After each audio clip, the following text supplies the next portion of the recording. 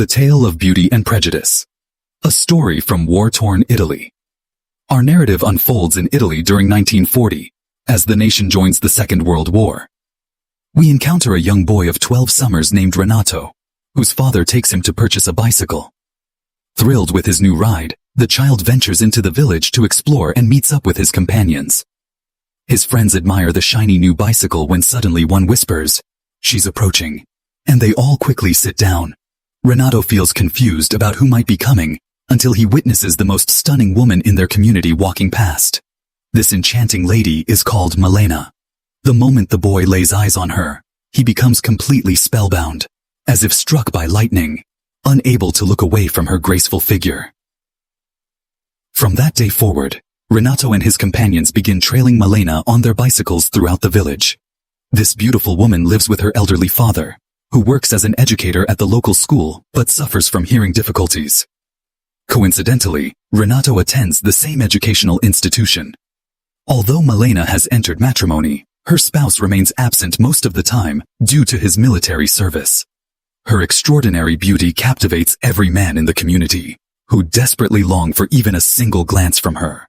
However, the local women burn with envy and resentment, wishing they possessed her stunning appearance. During his school hours, Renato finds himself constantly distracted by thoughts of the gorgeous Milena, making it impossible to concentrate on his studies. After classes end, he pedals his bicycle to her residence and positions himself across the street, patiently waiting for her to emerge. In his vivid imagination, Milena calls him over, hands him money, and asks him to fetch cigarettes for her. But this remains merely a daydream as he sits there watching her home. The boy becomes so infatuated that he steals his father's trousers and takes them to a tailor, requesting they be altered to fit him properly. When his father discovers this theft, he severely reprimands Renato, explaining that he's still too young for long pants. Despite knowing Milena is a married woman, Renato continues his obsessive surveillance. Under cover of darkness, he climbs trees and peers through her window into her private chambers. One evening, the boy secretly observes Milena dancing gracefully to music in her room, completely unaware that someone is watching her every move. The following day, Renato purchases the identical music recording and listens to it at night, fantasizing that Milena visits his bedroom.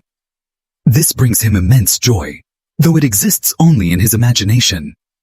While following Milena through the village on his bicycle, Renato notices that all the men, from wealthy merchants to poor laborers, even high-ranking officials, stare at her with lustful desires. Rather than confronting their husbands about their inappropriate behavior, the wives direct their anger and cruel remarks toward Milena herself.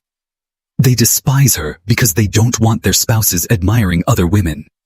Milena never responds to these taunts, maintaining her silence and remaining loyal to her absent husband. Each day, Milena visits a house where her aging father lives alone.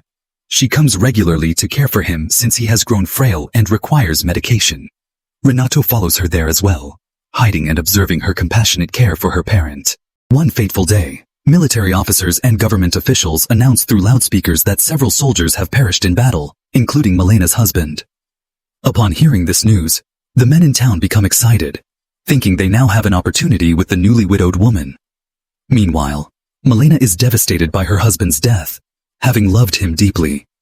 Now completely alone, she abandons her home and moves in with her elderly father. Renato watches from outside as Milena weeps in her room. Days later, while she hangs laundry to dry, the boy secretly steals some of her clothing and flees home. That night, he holds her garments and loses himself in fantasies about her. The next morning, when his father discovers the stolen clothes, he shouts angrily at Renato, while his mother beats him severely. His parents lock him in his room for 3 days. The boy refuses to eat and becomes ill, prompting his parents to summon a physician. The doctor advises that Renato must eat regularly and get fresh air outdoors. When Renato finally ventures out on his bicycle, he observes the town women spreading malicious gossip about Milena, claiming she entertains other men.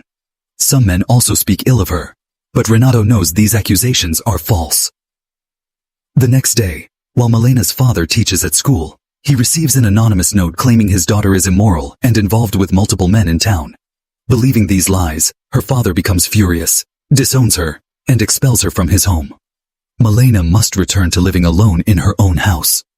One night, When Renato climbs a tree to spy through her window, he witnesses Malena with a town official. This sight breaks the boy's heart. When the official departs, a dentist who desires Malena attacks him. The dentist's wife arrives with police, accusing her husband of having an affair with Malena. She files charges against Elena, and news of the alleged affair spreads rapidly throughout the community. Distressed by these accusations, Malena seeks help from a prominent attorney in town, asking him to defend her case. The lawyer, seeking to exploit her vulnerable situation, agrees to represent her. During the court proceedings, Malena's attorney argues that she has no relationship with the dentist and that the official is merely a friend. The lawyer wins the case. After the trial, the attorney visits Malena's home. When she pays his exorbitant fee, he takes advantage of her desperate circumstances. Renato secretly witnesses this exploitation, and during his spying, he falls from the tree and breaks his arm. From this point, Malena begins meeting regularly with the lawyer because she cannot find employment and needs financial support to survive. The attorney covers all her expenses, but when his mother learns of their relationship, she scolds him for bringing shame upon their family name. The lawyer then abandons Malena. Now completely isolated, Malena cannot find work anywhere, and the military pension she received due to her husband's service has also ceased. One night, she cuts her long hair short, reasoning that since people already think poorly of her without cause, she might as well become what they believe her to be. The following day, Malena appears in town with a dramatically different appearance. The townspeople stare in amazement, and instead of seeing her as a grieving widow, they become excited by her transformation. She sits in an empty chair and places a cigarette between her lips. Several men immediately approach her, and one lights her cigarette. Malena realizes that when she tried to live virtuously, people prevented her from doing so, and now everyone wants to exploit her desperation.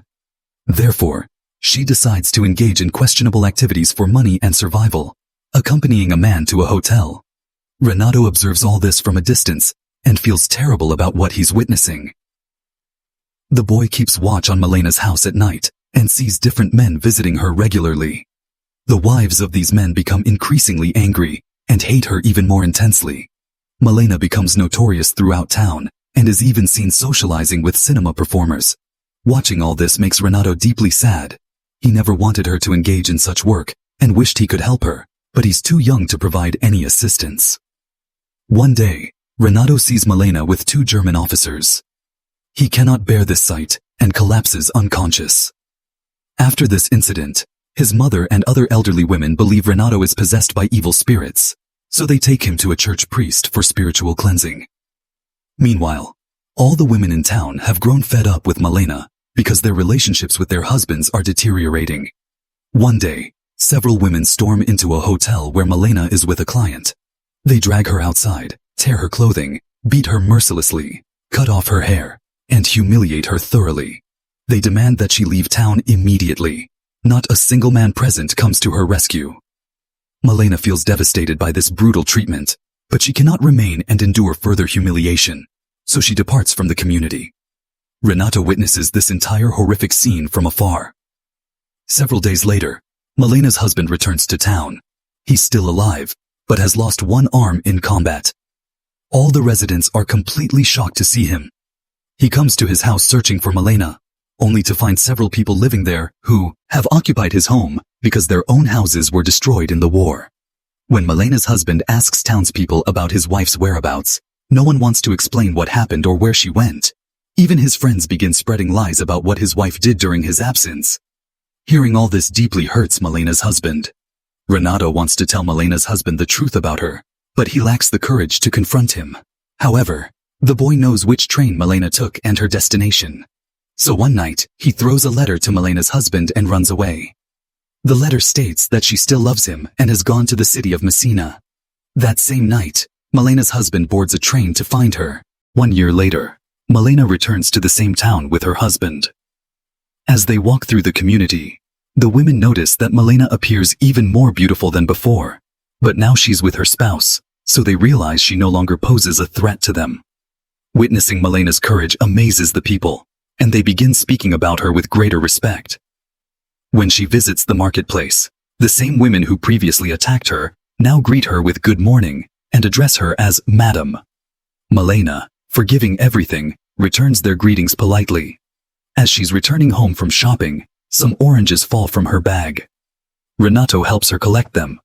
When Milena prepares to leave, he wishes her good luck. After this encounter, Renato rides away on his bicycle and reflects to himself. Time has passed, and I've fallen in love with many girls.